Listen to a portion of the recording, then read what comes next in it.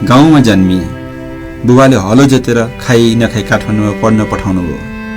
High स्कुलदेखि नै विद्यार्थी युनियनमा लागे। पढाइमा खास ध्यान दिइन। बल्ल बल्ल एसएलसी पास भए। कलेज पुगेपछि युनियनको लिडर भए। चोरेर बीएसम्म पास गरे। नेताको इशारामा कति मान्छे पिटे, कति चुनाव धाँधली गरे। नेताकै निगरानी, नेताकै छोरीसँग बिहे भयो। मन्त्रीसम्म बने, करोडौं कमाए। एउटा छोरा र एउटा छोरी राम्ररी पढेनन्। संस्कार के हो आफैलाई थाहा थिएन। पैसा र पहुँचको भरमा छोरालाई अमेरिका र छोरीलाई ब्रिटेन पठाए। दुवैले पढेनन्।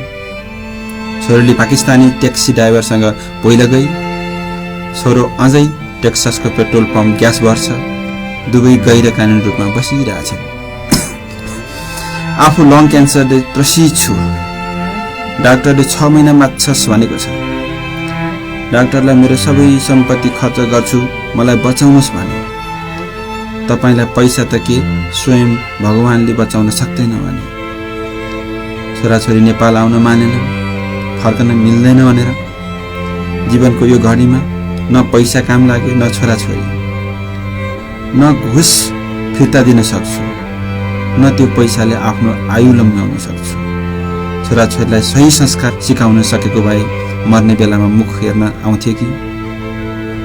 जनता मारेर लुटेको पैसाले मलाई पोलिरहेछ।